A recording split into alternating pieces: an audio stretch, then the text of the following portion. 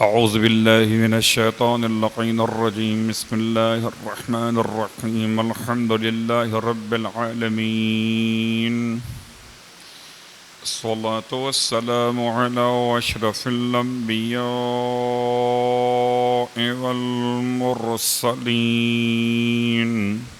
سيدنا أبي القاسم محمد صلى الله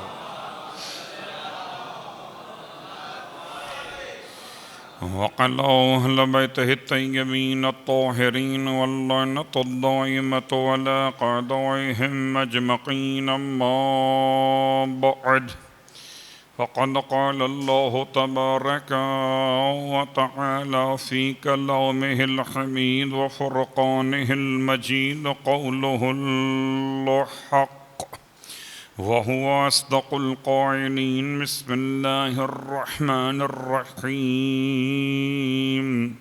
اهدنا الصراط المستقيم صلوات پڑھے محمد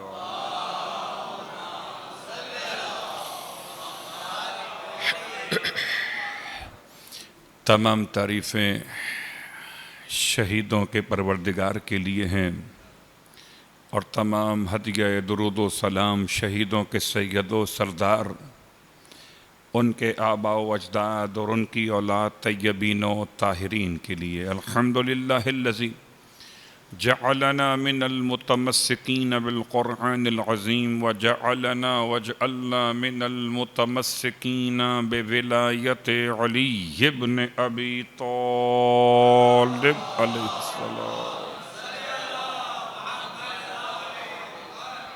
عظم اللہ اجورنا واجورکم بمصابنا بالحسین علیہ السلام وبمصابنا بالحسن علیہ السلام وجعلنا وإياكم إن شاء الله من الطالبين بثأرهما مع وليهما الإمام المهدي من آل محمد عليهم السلام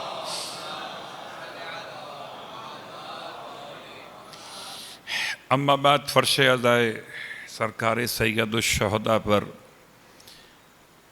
کل بھی آپ کی خدمت میں حاضری کا شرف حاصل کیا تھا اور آج بھی آپ کی خدمت میں حاضری کا شرف حاصل کر رہا ہوں اس دولت یقین کے ساتھ کہ بارگاہ معصوم میں کس میں مجال ہے کہ ذکر معصوم کا حق ادا کر سکے ہاں اتنا ضرور ہے کہ غلاموں کو یہ توفیق عطا ہو رہی ہے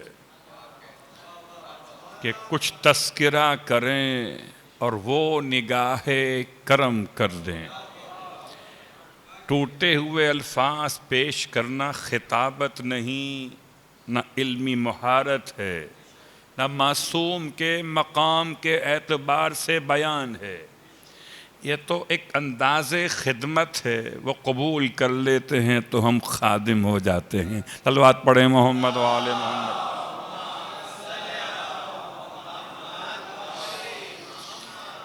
سرنامہ کلام میں جس آیہ وافی ہدایہ کی تلاوت کا شرف میں نے اور سماعت کا شرف آپ اہل ایمان نے حاصل فرما لیا ہے اس آیت سے بھلا کون واقف نہیں ہوگا ایسا تو ممکن ہی نہیں کہ کوئی اس آیت سے واقف نہ ہو یعنی باقی ہو سکتا ہے آیتوں کے آپ کو ریفرنس معلوم کرنا ہو کہ کون سی آیت سرنامہ کلام میں پڑھی گئی ہے سورہ کا نام کیا ہے آیت کا نمبر کیا ہے مگر ایک آیت یہ ایسی ہے اس میں نہ سورہ کا نام آپ کو معلوم کرنا ہے اور نہ آیت کا نشان تلاش کرنا ہے یہ تو دلوں پہ لکھی ہے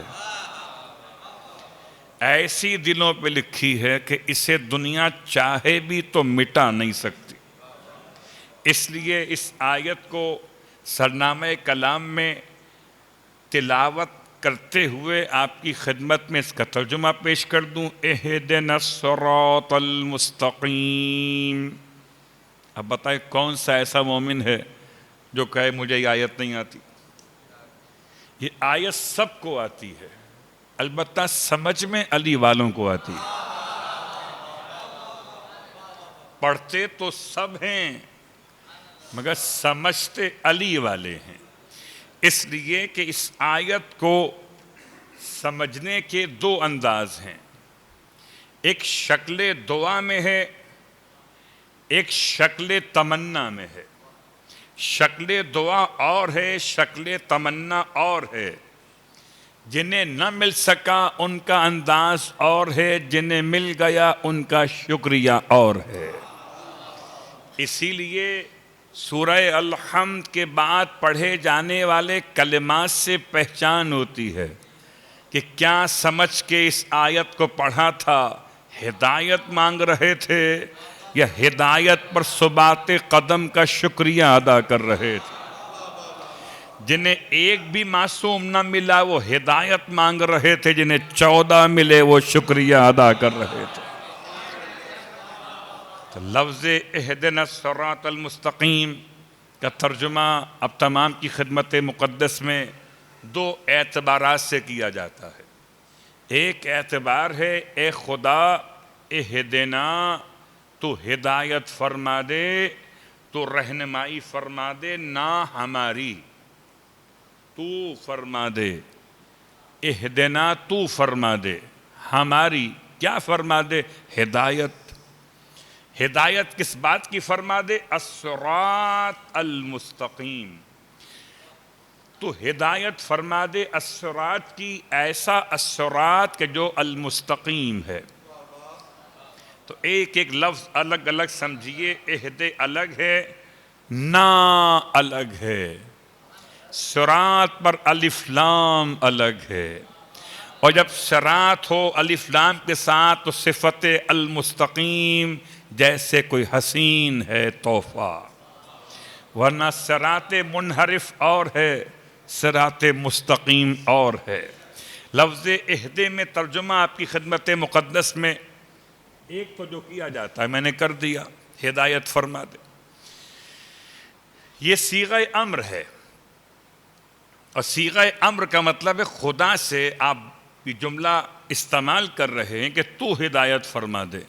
چلیں ایک بات تو واضح ہو گئی کہ مسلمان سب سے زیادہ جس سورے کو پڑھتے ہیں، سارے مسلمان جو نماز پڑھتے ہیں، اور نماز نہ پڑھتے ہوں تو اپنے مرے ہوئوں کی فاتحہ تو پڑھتے ہوں گے۔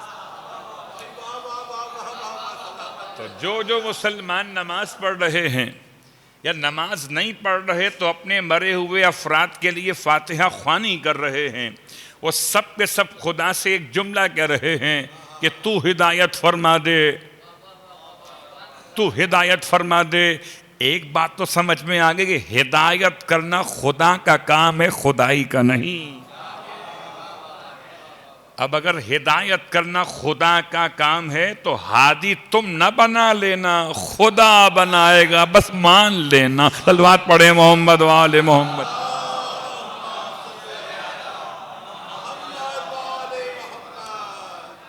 ہدایت کی 4 قسموں کی طرف توجہ کرتے ہیں آج آپ کی خدمت میں۔ ہدایت کی 2 قسمیں الگ ہیں، 2 الگ ہیں۔ ایک ہدایت تکوینی کہ پروردگار نے خلقت میں رکھ دیا ہے کہ کیسے درختوں کو، زراعت کو، سبزے کو، پھولوں کو، پھلوں کے درختوں کو کیسے نکلنا ہے، اوپر کی طرف نکلنا ہے یا نیچے زمین پر رینگتے ہوئے آگے بڑھنا ہے۔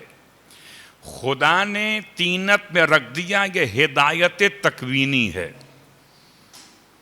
کہ آپ کے سر کے بال سر پر ہی نکلیں گے، آپ کے سر کے بال آپ کے رخسار پہ نہیں نکلیں گے، آپ کے دندان دہن میں ہی نکلیں گے، قلب میں نہیں نکلیں گے۔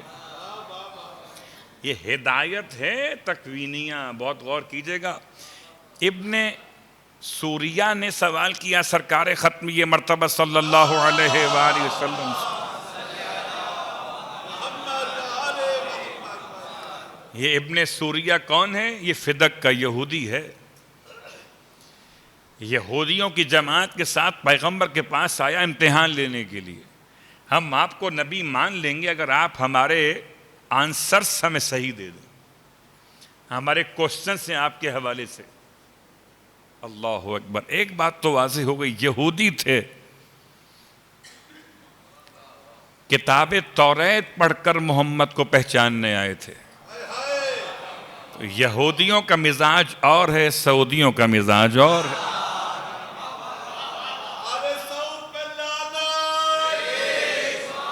تو کتاب توریت پڑھ کر پیغمبر کو پہچاننے آئے تو سوال کر رہے تھے کہ یہ بتائیے کہ جب کوئی انسان دنیا میں آتا ہے تو کتنا حصہ ماں کی طرف سے اسے ملتا ہے اور کتنا حصہ باپ کی طرف سے ملتا ہے. انسان کے بدن میں کتنی چیزیں ماں کی طرف سے ہیں اور کتنی باپ کی طرف سے ہیں.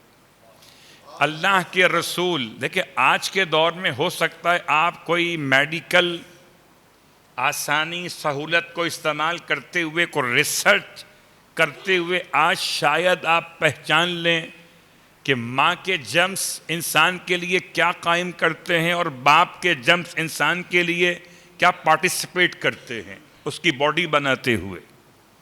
لیکن آج سے 1400 سال پہلے یہ بتانا کہ کوئی انسان جب تخلیق پاتا ہے تو کتنا حصہ باپ سے لے کر آتا ہے، کتنا ماں سے لاتا ہے. بہت غور کیجئے گا. ارشاد فرمایا اللہ کے حبیب نے کہ 3 لاتا ہے باپ سے، 4 لاتا ہے ماں سے.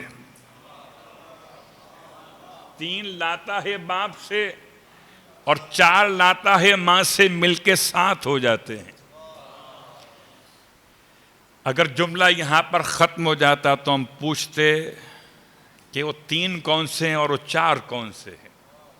اللہ کے حبیب نے ارشاد فرمایا 3 چیزیں جو انسان کو باپ سے ملتی ہیں خلقت جسم کے اعتبار سے. ان میں سے ہڈیاں 1،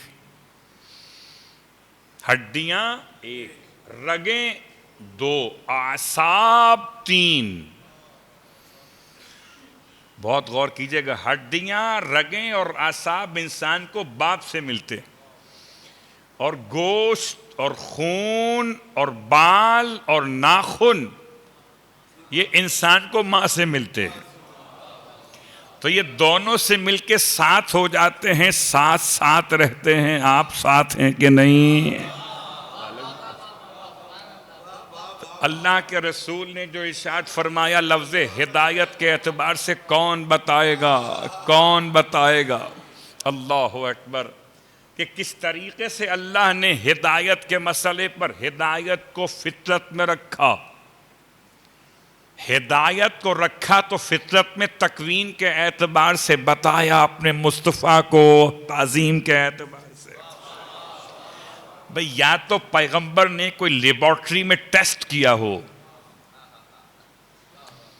یا تو پیغمبر نے لیبارٹری میں کوئی ٹیسٹ کیا ہو. عجیب بات ہے، مسلمان تو پیغمبر کا بائی پاس کروا رہے ہیں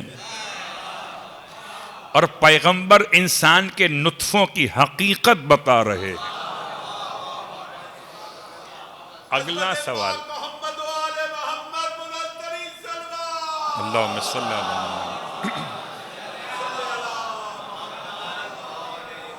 اگلا سوال ابن سوریہ کا اسی سے متعلق سوال کرتا ہے ابن سوریہ. اچھا یہ بتائیے کہ جب بچہ دنیا میں آتا ہے تو اگر ددیال کی شباہت پر پیدا ہو جائے تو پھر ننیال کی شباہت اس میں نہیں ہوتی. بہت غور کیجئے گا. ہو سکتا ہے آپ اختلاف کریں، وہ الگ بات ہے. ہو سکتا ہے آپ قبول نہ کریں تو نہ کیجئے گا. ہم تو یہودیوں کی بات کر رہے ہیں. وہ کہتے ہیں جب بچہ انسان دنیا میں آتا ہے تو اگر ددیال کی شباہت پر ہو تو اس میں ننیال کا مکس اپ نہیں ہوتا بہت شباہت کے اندر، اور اگر ننیال کی شباہت رکھتا ہو تو ددیال کا مکس اپ نہیں ہوتا. اس کی وجہ کیا ہے کہ صرف ددیال پر ہوتا ہے یا صرف ننیال پہ ہوتا ہے؟ اب یہ بات تو آپ خوب جانتے ہیں کہ کس پر ہوتا ہے. اس کا فیصلہ تو بچے کی شکل و صورت پہ ہوتا ہے، اور پھر جس سے پوچھیں اس کی طبیعت پر ہوتا ہے. اگر پوچھیں بچے کے باپ سے بچہ خوبصورت ہو کہ کس پہ پڑ گیا ہے، کہتا ہے بالکل چچا پہ پڑ گیا ہے. اور اگر ذرا بدصورت تو بالکل ماموں پہ پڑ گیا ہے. بس یہی فرق ہے، جو ماموں پہ پڑ گئے وہ کہیں اور رہ گئے، جو چچا پہ پڑ گئے وہ یہاں. صلوات پڑھے محمد والے محمد. ماموں کے پہ ہم چچا والے ہیں، ہم ماموں والے نہیں ہیں. تو اس لیے دنیا ہمیں اس طرح پہچان لے. جب باپ سے پوچھئے تو بچہ اگر خوبصورت ہو تو باپ تعریف کرتا ہے کہ جناب بالکل اپنے چچا پہ گیا، اپنے دادا پہ گیا، اپنے باپ پہ گیا ہے. ددیال کی تعریف کرتا ہے. اور اگر بچہ بدصورت ہو، ذرا کالا موٹا سا ہو، ذرا ایسا ہی ہو، بالکل اپنی ماموں پہ پڑ گیا ہے. پتہ چلا اچھا قبول کرتے ہیں اور ٹیڑھا وغیرہ قبول نہیں کرتے. اور اس کے بالکل یہی مسئلہ اگر ماں سے پوچھئے بچے کی، تو بچہ اگر خوبصورت ہو تو ماں کہے گی جی بالکل اپنے خالہ پہ پڑ گیا ہے، اپنے ماموں پہ پڑ گیا ہے. اور اگر ذرا سا بچہ بدصورت ہو تو بالکل اپنے باپ پہ گیا ہے. لیکن یہ حقیقت ہے کہ سوال اللہ کا رسول کی بارگاہ میں کیا گیا تھا، اور اگر کوئی مکس اپ ہونے کی گنجائش ہوتی تو اللہ کے حبیب جواب میں ارشاد فرما دیتے. سوال کیا تھا کہ یا صرف ددیال پر رہتا ہے یا صرف ننیال پر رہتا ہے. 1400 سال پہلے ہدایت تکوینیہ کی بنیاد پر خدا کس کو کیسا بنانے والا ہے؟ اللہ اکبر. شکم مادر میں 3 اندھیرے پردوں میں جب خدا بنائے گا تو ددیال پہ بنائے گا، ننیال کیوں نہیں آ سکتا؟ جب ننیال پہ بنائے گا تو ددیال کیوں نہیں آ سکتا؟ اللہ کے رسول نے جواب میں ارشاد فرمایا کہ وقت انعقاد، جب عمارت رکھی جا رہی ہوتی ہے انسان کی خلقت کی، وقت انعقاد دونوں شخصیات میں والد اور والدہ جس کا ماں پانی غالب آ گیا اس کا ہی خاندان بچے کے چہرے پر شباہت قائم کر لیتا ہے. اگر باپ کا غالب آ گئے ددیال کی طرف چلا جائے گا، اگر ماں کا غالب آ گیا تو ننیال پہ چلا جائے گا. پتہ چلا غالب کا آتا ہے مغلوب کا نہیں.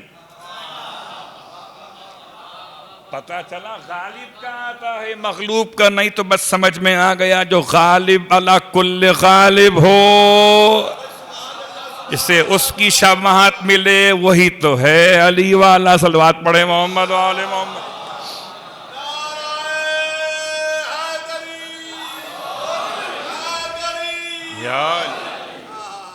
تو ہدایت تکوینیہ میں خدا نے آنکھیں ایسی کیوں بنائی ہیں؟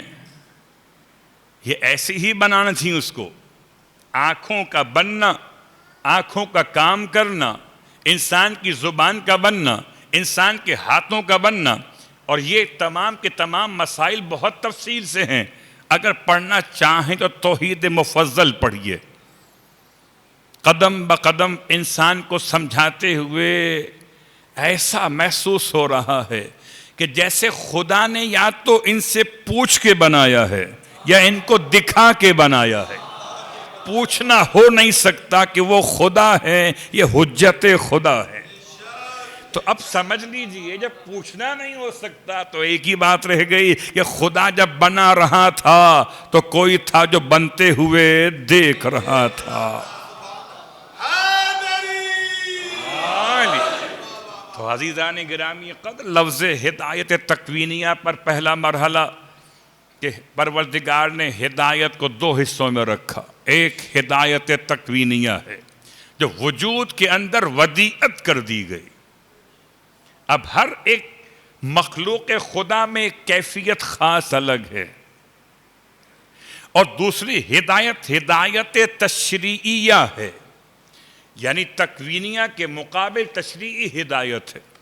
اس تشریعی ہدایت کو سمجھنے کے لیے پروردگار نے انبیاء بھیجے، رسول بھیجے، ائمہ اہل بیت کو ہادیان برحق قرار دیا. ایک اندر رکھی ہدایت، ایک باہر رکھی ہدایت. اندر کے ہادی کو عقل کہتے ہیں، باہر کے ہادی کو حجت خدا کہتے ہیں. بعض روایات میں دونوں کو حجت کہا گیا، ایک حجت ظاہرہ، ایک حجت باطنہ. امام کے الفاظ ہیں اللہ نے انسان پہ دو حجتیں رکھی ہیں، ایک حجت ظاہرہ، ایک حجت باطنہ. ایک اندر کی حجت، ایک باہر کی حجت، دو حجتیں ہیں. البتہ اندر کی حجت کا نام کیا ہے؟ اندر کی حجت کا نام ضمیر ہے، کہیں اندر کی حجت کا نام قلب ہے، کہیں اندر کی حجت کا نام روح ہے، اور کہیں اندر کی حجت کا نام عقل ہے. نام الگ الگ ہیں لیکن ہے ایک ہی شے. دکھائی نہیں دیتی مگر مانی جاتی ہے. عجیب بات ہے، نہ عقل دکھائی دیتی ہے نہ قلب دکھائی. دل کی بات نہیں ہو رہی، قلب اور ہے، دل اور ہے. دل عضو بدن ہے، قلب انسان کو سنبھالنے کا ذریعہ ہے. دل پلٹ نہیں سکتا، دل چھوٹا بڑا نہیں ہوتا. قلب میں صلاحیت ہے صبح کچھ اور ہو جائے، شام کو کچھ اور ہو جائے. شرح صدر انسان کے لیے قلب کے مسئلے میں ہے، دل کے مسئلے میں نہیں ہے. غور کیجئے گا. تو یہ لفظ عقل پہ سمجھاتے ہوئے امام جعفر صادق علیہ السلام کی بارگاہ میں آئی.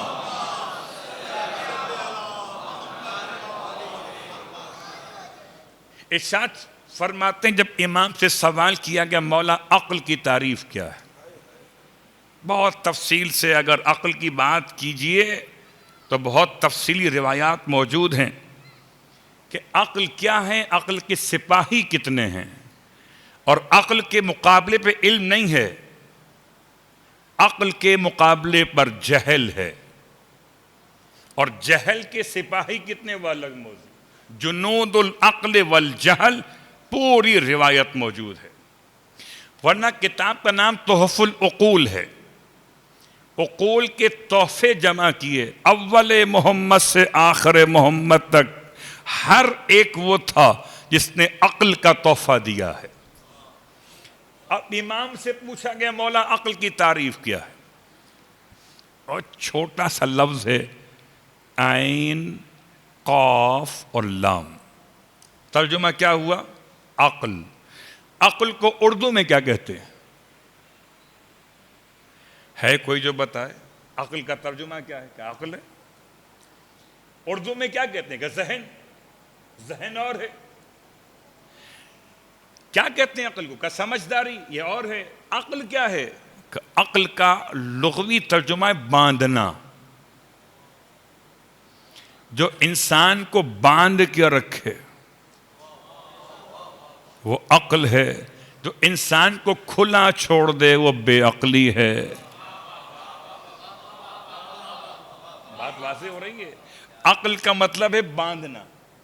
تو جو انسان کو باندھ کے رکھے، بڑی آسان سی مثال ہے. اب ایک انسان کو بھوک لگی ہے اور ایک حیوان کو بھوک لگی ہے.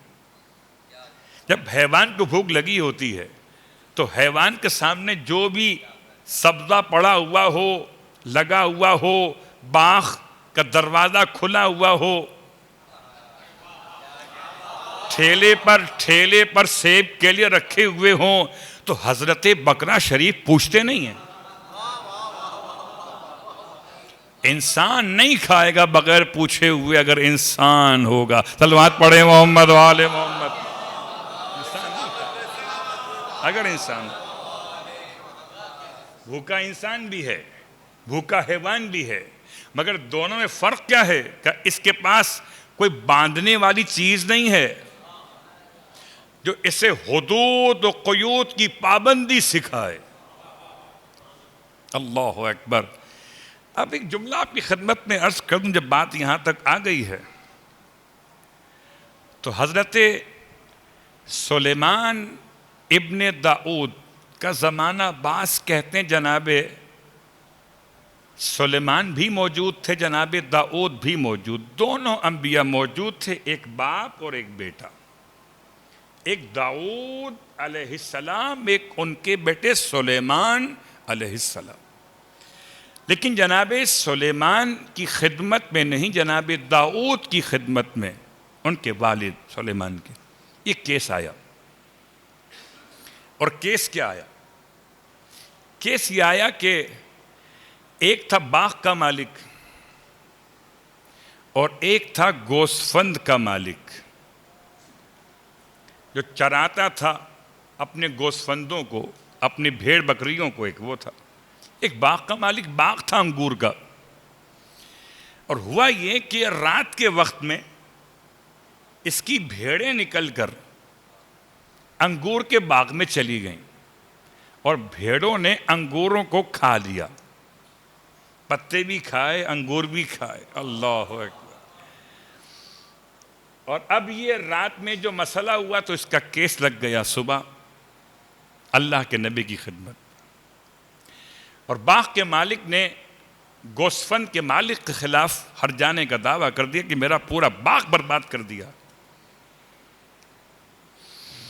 ایک بات یاد رکھیے گا, یہ واقعہ ہوا کب ہے؟ رات میں.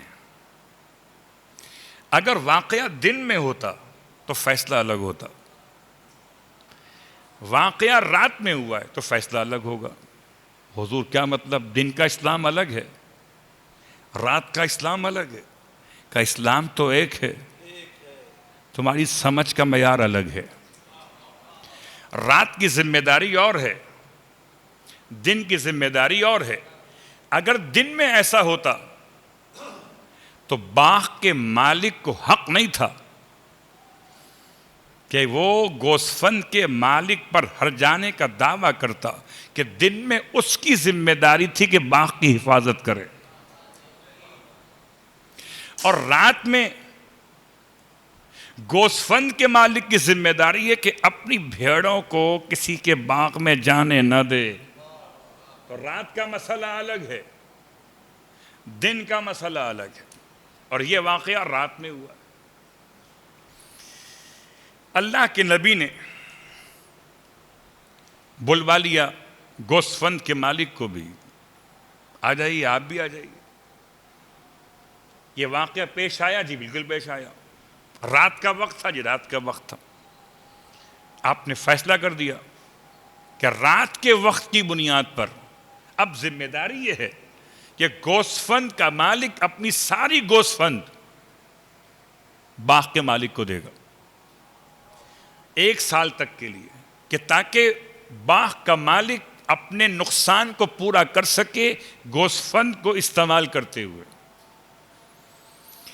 فیصلہ حضرت داؤد علیہ السلام کا. حضرت سلیمان بیٹھے تھے, آپ کے فرزند.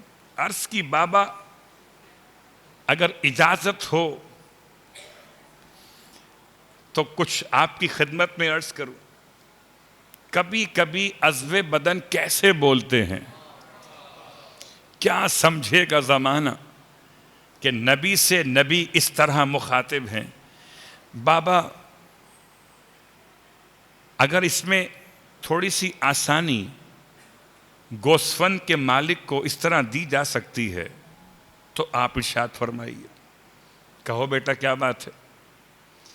کبھی کبھی ایسا ہوتا ہے کہ نبی بڑا کچھ اور کہتا ہو, چھوٹا نبی کچھ اور کہتا ہو, باپ کچھ اور کہتا ہو, بیٹا کچھ اور کہتا ہو, مگر دونوں کا مقصد عدالت اور ہدایت ہو.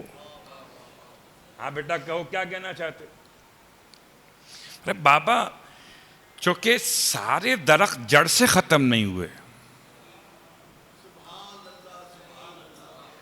سارے درخت جڑ سے ختم نہیں ہوئے تو اس کی ساری بھیڑیں اصلاً کیوں دے دی جائیں؟ اب ایسا اگر کر لیا جائے کہ گوسفند کے 1 سال میں جو دودھ اور اون نکلتا ہے اس سے یہ استفادہ کرے باغ کا مالک، تاکہ نقصان پورا کرے، اور چونکہ درخت باقی ہیں تو اب گوسفند کا مالک اس باغ کے مالک کی یعنی باغ کی حفاظت کرے یہاں تک کہ دوبارہ انگور نکل آئیں، اس کا بھی بھلا ہو جائے گا، اس کا بھی بھلا۔ صلوات پڑھیں محمد و آل محمد۔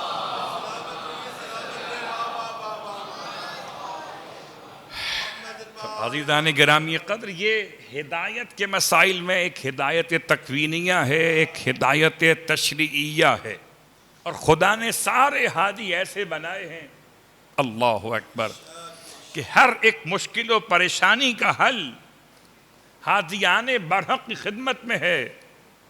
جب اس نے ہادی بنائے ہیں تو ایسے بنائے ہیں کہ اس پر کوئی نام نہ آئے۔ اللہ اکبر، بہت غور کیجئے گا، جب کبھی کوئی کسی کو نمائندہ بنا کے بھیجتا ہے تو دیکھ بھال کے بھیجتا ہے، ایسا نہیں بھیجتا کہ بھیج دے اور وہ اس کو ہی بدنام کر دے۔ جب عام انسان، عام صاحبان اقتدار کسی ناقص کو نہیں بھیجتے تو خدا کسی ناقص کو کیسے ہادی بنا دیتا؟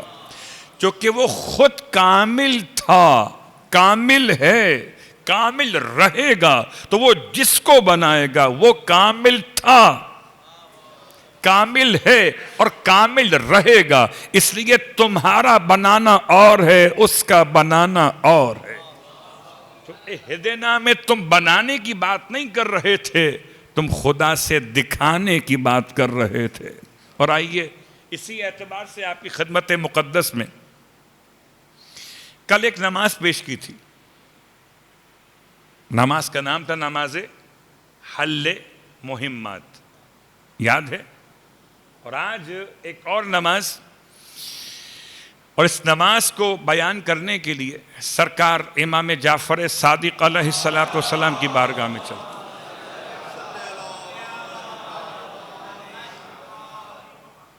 اور امام کی خدمت مقدس میں یہ بہترین نماز کا طریقہ اہل ایمان کو عطا کیا گیا۔ نماز کا نام ہے نماز رفع اسرت، نماز رفع اسرت، ریف عین رفع، اٹھا دینا، ختم کر دینا، عین سین ریتے، اسرت، سختیوں کو۔ وہ نماز جو سختیوں کو اٹھانے کا باعث بنتی ہے، اس نماز کو امام نے تعلیم فرمایا۔ نیت واضح ہو گئی، 2 رکعت نماز، نماز رفع اسرت، بجلاتا ہوں قربتاً و طاعتاً الی اللہ۔ یہ 2 رکعت نماز، دونوں رکعتوں میں الحمد کے بعد سورہ اخلاص یا سورہ توحید یا قل هو اللہ احد کہہ لیجئے ایک ایک مرتبہ، اور رکعت اول میں الحمد سورہ اخلاص پڑھنے کے بعد سورہ فتح کی ابتدائی 3 آیتیں، مگر بسم اللہ کے بغیر، بسم اللہ کے ساتھ آیت نہیں پڑھی جاتی، سورتیں پڑھی جاتی ہیں، تو بسم اللہ کے بغیر کیا پڑھنا ہے؟ سورہ فتح کی 3 آیتیں، آیت نمبر 1، آیت نمبر 2، آیت نمبر 3۔ یہ سورہ فتح کمال کا سورہ ہے، اس کے بارے میں ایک جملہ آپ کی خدمت میں عرض کر دوں۔ سرکار ختم یہ مرتبہ صلی اللہ علیہ وآلہ وسلم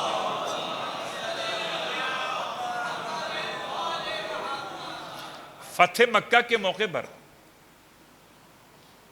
اللہ کے رسول، حسن اتفاق ہے کہ یہ میں واقعہ پڑھ رہا ہوں اور یہ نماز کے درمیان 3 آیتوں کی بات کر چکا ہوں، آیت نمبر 1، آیت نمبر 2، آیت نمبر 3۔ سورہ فتح میں کل آیات کی تعداد ہے 29 اور سورہ فتح مکۃ المکرمہ میں فتح مکہ کا عنوان بن کر آیا. اللہ کے رسول ارشاد فرماتے ہیں جو شخص بھی سورہ فتح کی تلاوت کرے گا خدا اسے میرے ساتھ فتح مکہ کے لشکر میں شامل کرے گا. اب فتح مکہ تو ہو چکا، فتح مکہ ہو چکا، لیکن سورہ فتح کی تلاوت مجھے آج کے دور میں ختمیہ مرتبہ سے ملاتی ہے. آیت نمبر 29 سے محمد رسول اللہ والذین معہ اشداء علی الکفار. آپ فرماتے ہیں جو سورہ فتح کی تلاوت کرے گا خدا اسے میرے ساتھ ملائے گا فتح مکہ کے لشکر میں. رب پہچانیے قبلہ لڑے بغیر خدا نے وہاں پہنچا دیا جہاں ختمیہ مرتبہ آگے آگے پیچھے پیچھے فاتحین مکہ چل رہے ہیں.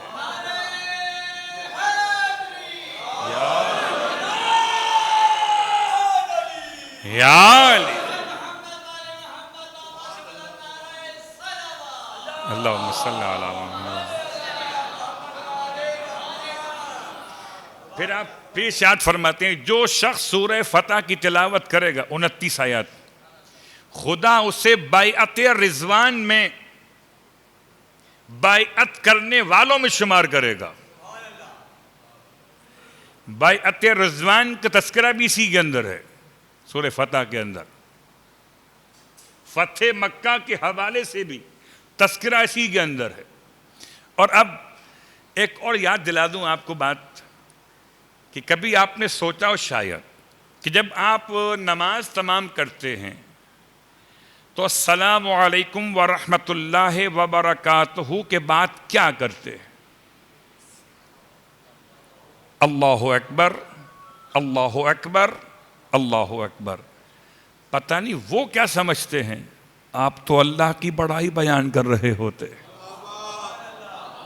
اب یہ حسن اتفاق 3 مرتبہ کر رہے ہیں. صلوات پڑھیں محمد.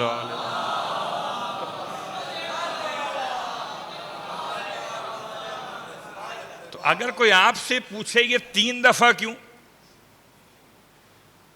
4 دفعہ کیوں نہیں، 5 دفعہ کیوں نہیں، تو اللہ کے رسول نے فتح مکہ کے موقع پر جب آپ مکے میں داخل ہوئے اور آپ نے حجر اسود کے پاس پہنچ کر اپنی فتح کا اعلان کیا تو 3 مرتبہ فرمایا تھا اللہ اکبر اللہ اکبر اللہ اکبر. تو جو محمد والی نماز پڑھتے ہیں بات بڑی آسان سی ہے. کیوں؟ اللہ کے بھی فرماتے ہیں کہ جو شخص اپنی نماز کا اختتام کرے 3 تکبیرات پر وہ مجھ محمد کے ساتھ شامل ہو گیا. یا یوں کہیے کہ جو 3 مرتبہ اللہم صلی علی محمد جو نماز کے اختتام پر 3 مرتبہ اللہ اکبر کہے وہ شکر فتح مکہ ادا کر رہا ہے. تو اب وہی کریں گے نا شکر فتح مکہ ادا کہ جن کو مکہ فتح ہونے پر خوشی ہوئی ہے. ورنہ کچھ دشمن رسول تو ایسے ملے ہمیں جب کچھ نہ کر سکے تو مسلمان ہو گئے.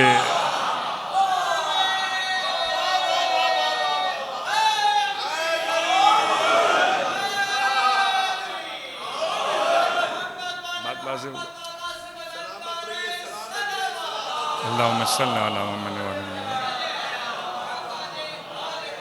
نماز رفع اسرت کی رکعت نمبر 1 میں تھے کہ حالت قیام میں الحمد کے بعد 1 مرتبہ سورہ اخلاص پڑھا، وہ تو بسم اللہ کے ساتھ پڑھا.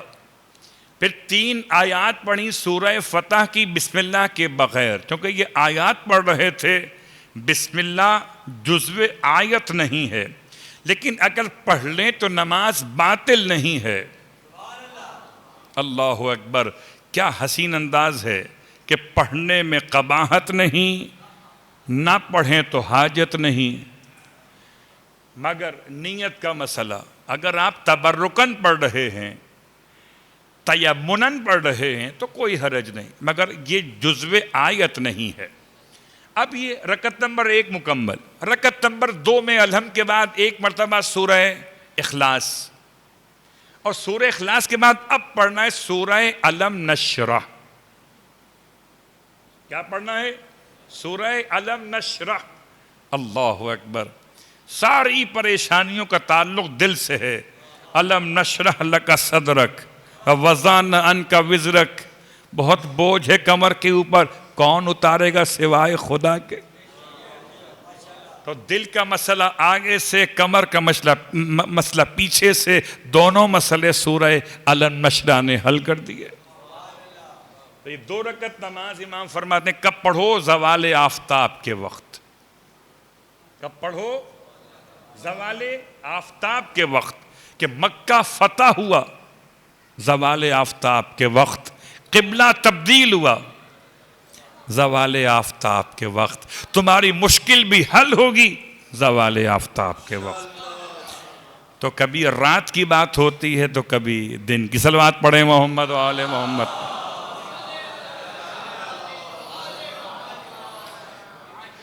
تو آئیے اس کے ساتھ ساتھ آپ کی خدمت میں بات سمیٹتے ہوئے کہ اللہ کے حبیب کی ساری زندگی،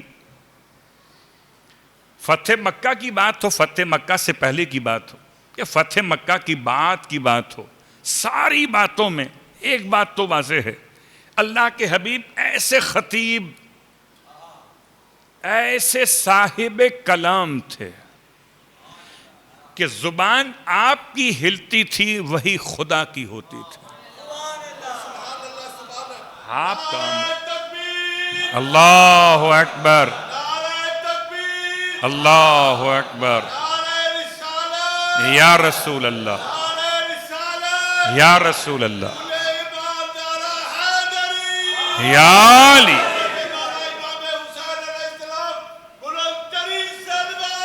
اللہم صلی علی محمد و آل محمد۔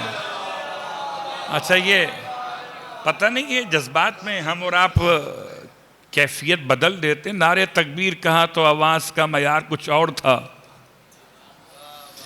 رسالت کا لگا نعرہ تو ساؤنڈ کا معیار کچھ اور تھا۔ جیسے ہی نعرہ حیدر پہ پہنچے آواز کا ساؤنڈ خود بخود اوپر ہو گیا۔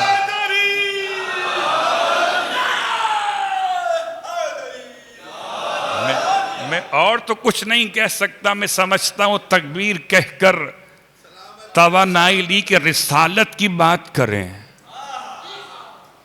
رسالت سے توانائی ملی تو ولایت کی بات کی ہے۔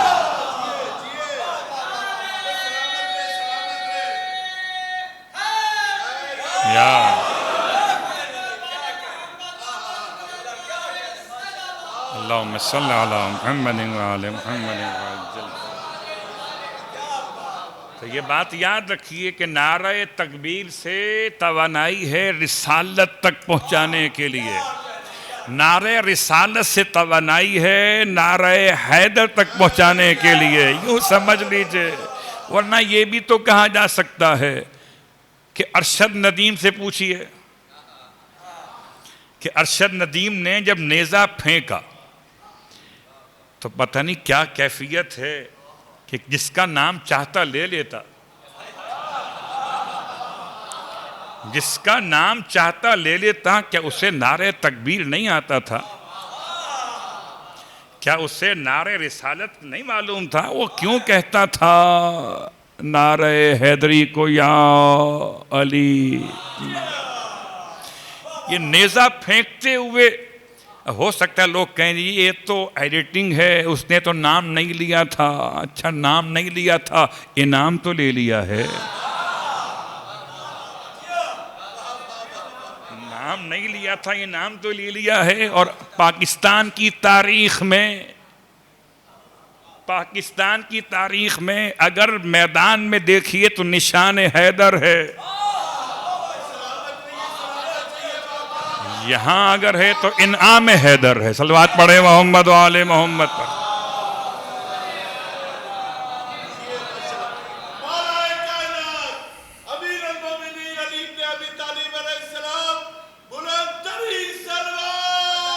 اللہم صلی علی محمد.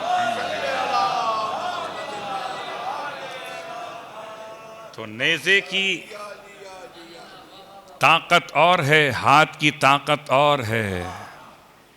بات یہ ہے کہ انسان اپنے مقام پر اللہ کے حبیب کے انداز کو پہچانے. تو اللہ کے حبیب نے قرآن پر عمل کیا کہ نہیں کیا؟ جو کہے نہیں کیا تو اس کو نہیں سمجھیے، اس کو نہیں سمجھیے. اس لیے نیست ہے وہ جس سے پیغمبر کا است سمجھ میں نہیں آتا، اور جس سے پیغمبر کا است سمجھ میں آ گیا وہ کبھی نیست ہو سکتا ہی نہیں.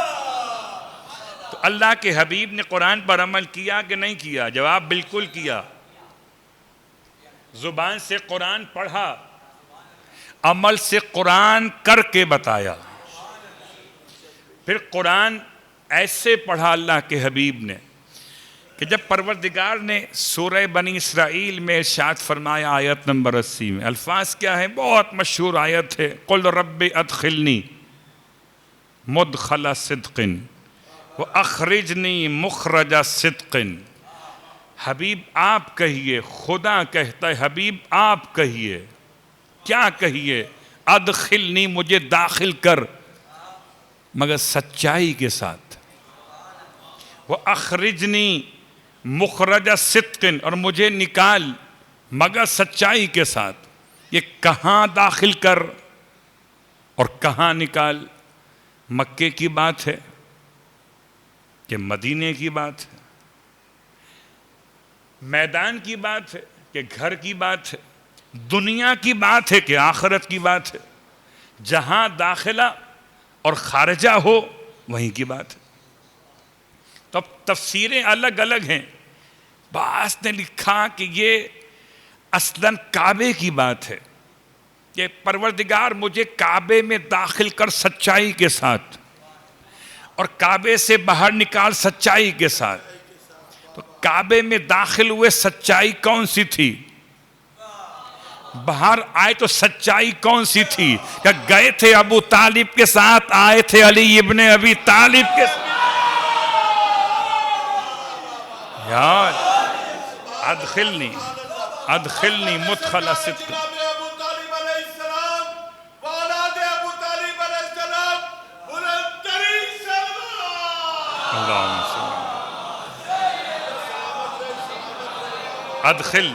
ادخلنی مدخل صدق واخرجنی مخرج صدق. مجھے داخل کر سچائی کے ساتھ، مجھے نکال سچائی کے ساتھ. تو اب مکہ ہو کہ مدینہ ہو، دنیا ہو کہ آخرت ہو، کعبہ ہو کہ مسجد ہو، میدان ہو کہ گھر ہو، پیغمبر جب بھی آئیں گے سچائی کے ساتھ آئیں گے. پیغمبر جب بھی جائیں گے سچائی کے ساتھ جائیں گے. نہ سچائی کے بغیر آئے تھے نہ سچائی کے بغیر جائیں گے. تو اب یاد رکھے زمانہ، آیت ختم نہیں ہوئی. آئے کیوں تھے؟ آئے سچائی کے ساتھ، گئے سچائی کے ساتھ. آئے کیوں تھے؟ وَاجْعَلْ لِي مِن لَّدُنْكَ سُلْطَانًا نَصِيرًا. اے پروردگار، اللہم صلی علیہ، اے پروردگار وَاجْعَلْ لِي، تو بنا دے، تو بنا دے. کہاں سے بنا دے؟ مکے سے بنا دے نہیں، مدینے سے نہیں، اصحاب سے نہیں، ازواج سے نہیں، ددیال سے نہیں، ننیال سے نہیں، اپنے پاس سے بنا دے. اب جس کو اعتراض ہو وہ خدا کے پاس پہ اعتراض کر رہا ہے. یہ خدا کے فعل اور ہے، خدا کا پاس اور ہے. اپنے پاس سے. وَاجْعَلْ لِي مِن لَّدُنْكَ، مِن لَّدُنْكَ. اگر ملت پہ چلے گئے تو بات گھنٹے میں نکل جائے گی، اس لیے ترجمے کی حد تک روک رہا ہوں۔ وَاجْعَلْ لِي، قرار دے میرے لیے، تو قرار دے میرے لیے۔ اگر اللہ کافی ہے تو کیوں فرما رہے تھے کہ اللہ فرماتا کہ مجھ سے کہ تم کہو، کیا کہو کہ تو اپنے پاس سے مجھے کیا دے؟ مدد نہیں، مددگار۔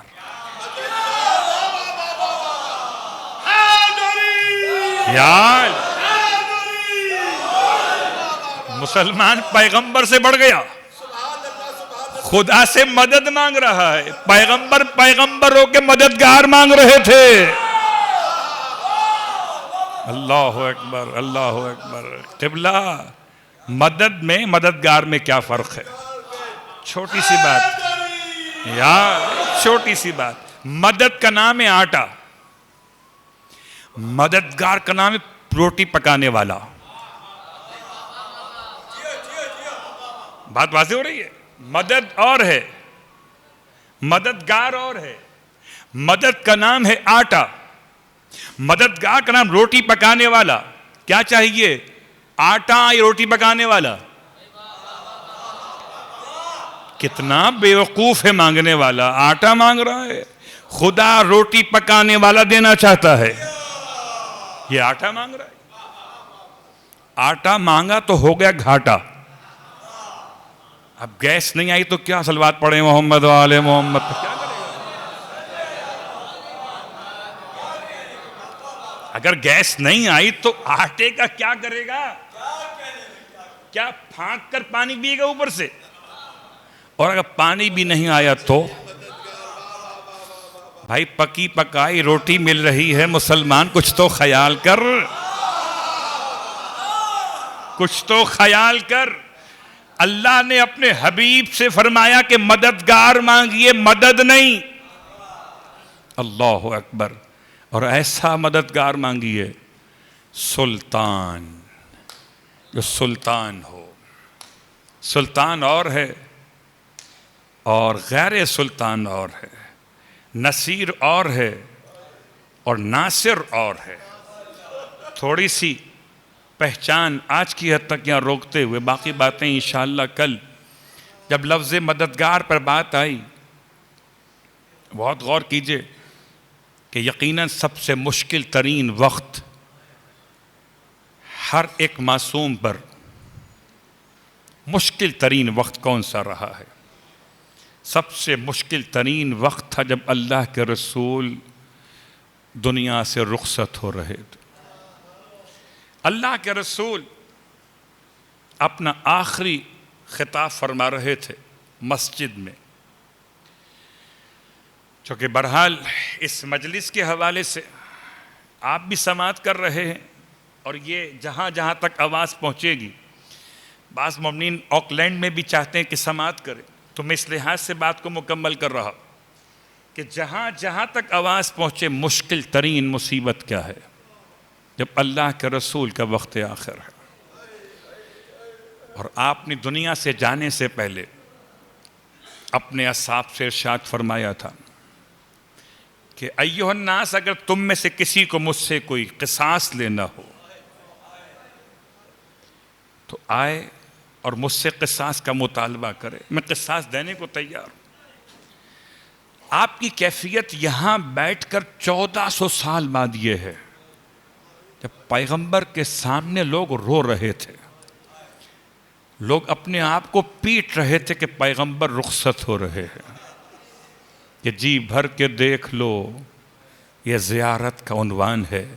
اب پیغمبر کا آخری خطاب ہو رہا تھا۔ ایسے میں ایک شخص کھڑا ہوا، اور کھڑا ہونے کے بعد کہتا ہے، یا رسول اللہ، مجھے آپ سے قصاص لینا ہے۔ قصاص کا مطلب بدلہ لینا ہے۔ کیا قصاص لینا ہے؟ لوگ جب بھی اس کی آواز سن کر ذرا غصے میں آ گئے۔ آپ نے فرمایا، خاموش، میں نے خود اعلان کیا ہے۔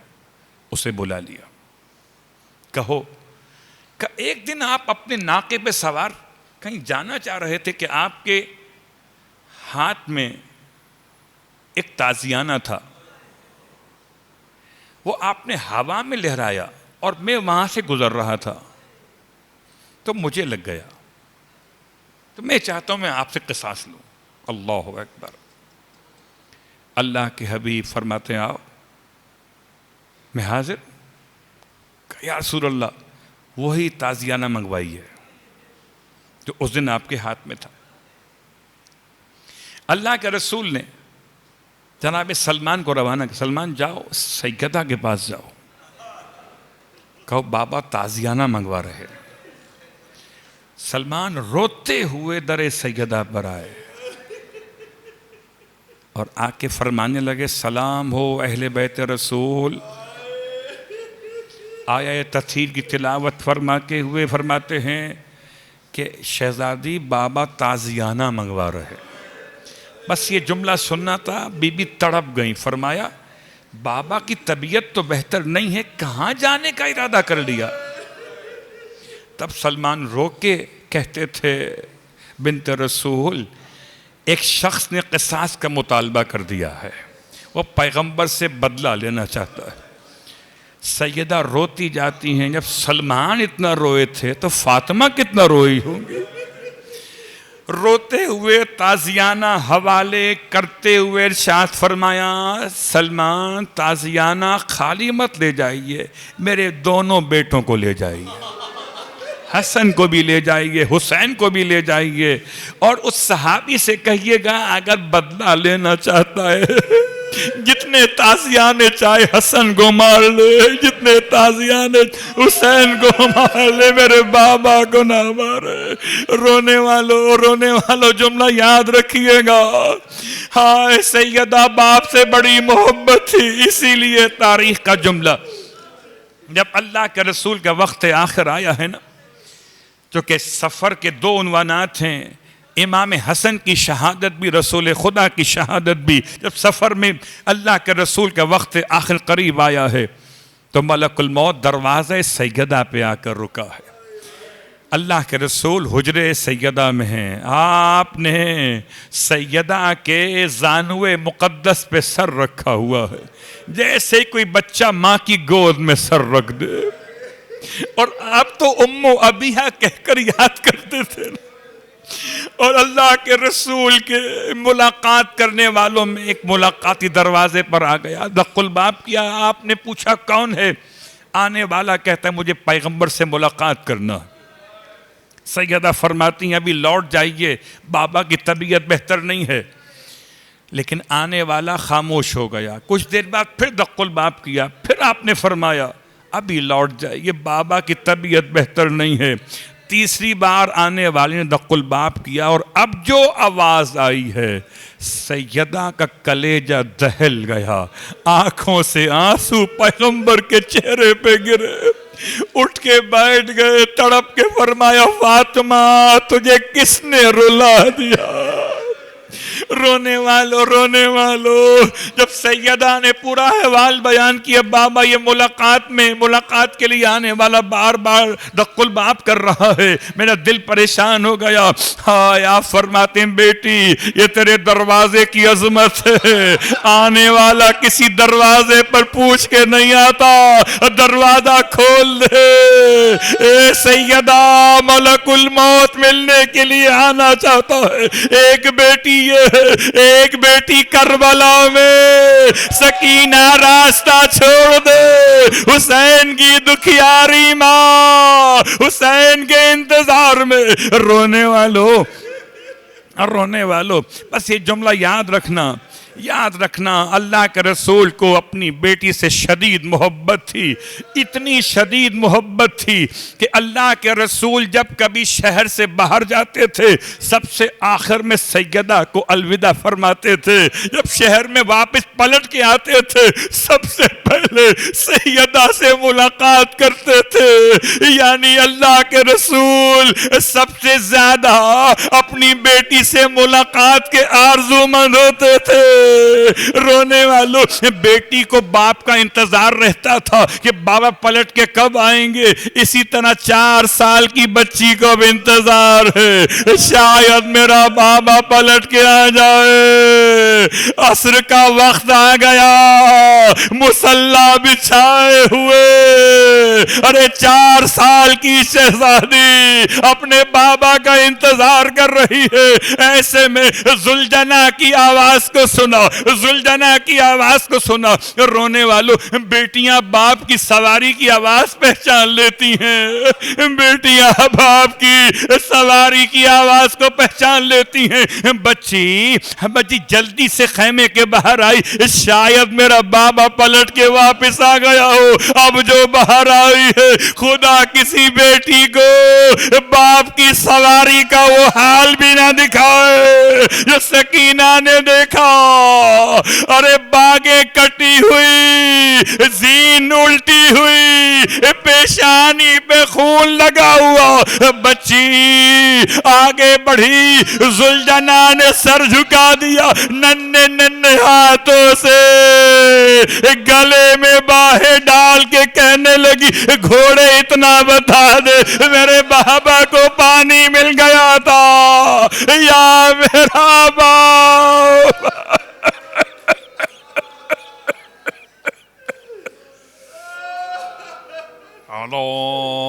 ولعنۃ اللہ علی القوم الظالمین وسیعلم الذین ظلموا ای منقلب ینقلبون۔ بار اللہ واسطہ محمد و آل محمد کا، پروردگار یتیمہ رسول خدا کا واسطہ، یتیمہ امام حسین کا واسطہ، تمام مانگنے والوں کی مرادیں پوری فرما۔ پروردگار فرش عزا پر عزادار آئے ہیں، مولا کے حبدار آئے ہیں، مولا کے ماتم گزار آئے ہیں، زیارت کے تمنا رکھنے والے مولا کے زوار آئے ہیں۔ پروردگار واسطہ محمد و آل محمد کا، 40 پہ جانے والوں کی حفاظت فرما، 40 کے زائرین کی زیارت قبول و مقبول فرما، اور جو اس سال نہ جا سکے انہیں آئندہ برسوں میں 40 نصیب فرما۔ بار اللہ واسطہ محمد و آل محمد کا، وسعت رزق اتنا عطا فرما کہ اپنے خرچے سے اپنے اہل و عیال کو لے کے چلیں۔ خدایا اتنا عطا فرما، اتنا عطا فرما کہ یہاں تک کہ تمام تر مشکلات و پریشانیوں کو دور فرما دے۔ بار اللہ واسطہ محمد و آل محمد کا، جو بیمار ہیں خاص طور سے انیس بھائی کو شفائے کاملہ عطا فرما۔ پروردگار واسطہ محمد و آل محمد کا، حسنین صاحب کو شفائے کاملہ عطا فرما۔ بار اللہ واسطہ محمد و آل محمد کا، جتنے بھی فرش عزا پر آنے والے دنیا بھر میں جہاں مولا کے چاہنے والے بیمار ہیں، سب کو شفائے کاملہ عطا فرما۔ اتنی توانائی عطا فرما کہ جہاں رہیں 40 کا بھی ماتم کریں، زہرا کے لال کا انتظار کریں۔ ہو سکتا ہے اس سال 40 پہ خدا یہ موقع نصیب کرے کہ چہلم حسین کا ہو، فرزند حسین اپنے جد کا مرثیہ سنانے خود چلا ہے۔ پروردگار ہم سب کو امام علیہ السلام کے ادنا ترین خدمت گزاروں میں محشور فرما۔ ہماری تمام دعائیں بحق سیدہ صلوات اللہ علیہا مقبول و منظور فرما۔ سورہ فاتحہ کی التماس سیدہ امیر فاطمہ، فدا حسنین جعفری، سیدہ مقدسہ خاتون، سید طفیل حسین، سیدہ طاہرہ بانو اور سیدہ توصیف النساء کے لیے تمام اپنے مرحومین تمام شہدائے ملت کو یاد فرماتے ہوئے، آج 14 اگست ہے تو اپنے وطن کے خالص مجاہدین شہداء کو یاد فرماتے ہوئے رسال فرما دیجیے۔ بسم اللہ الرحمن الرحیم، الحمدللہ رب العالمین، الرحمن الرحیم، مالک یوم الدین، ایاک نعبد و ایاک نستعین، اهدنا الصراط المستقیم، صراط الذین انعمت علیہم غیر المغضوب علیہم ولا الضالین۔ ربنا تقبل منا انک انت السمیع العلیم، بجاہ محمد وآلہ المعصومین برحمتک یا ارحم الراحمین۔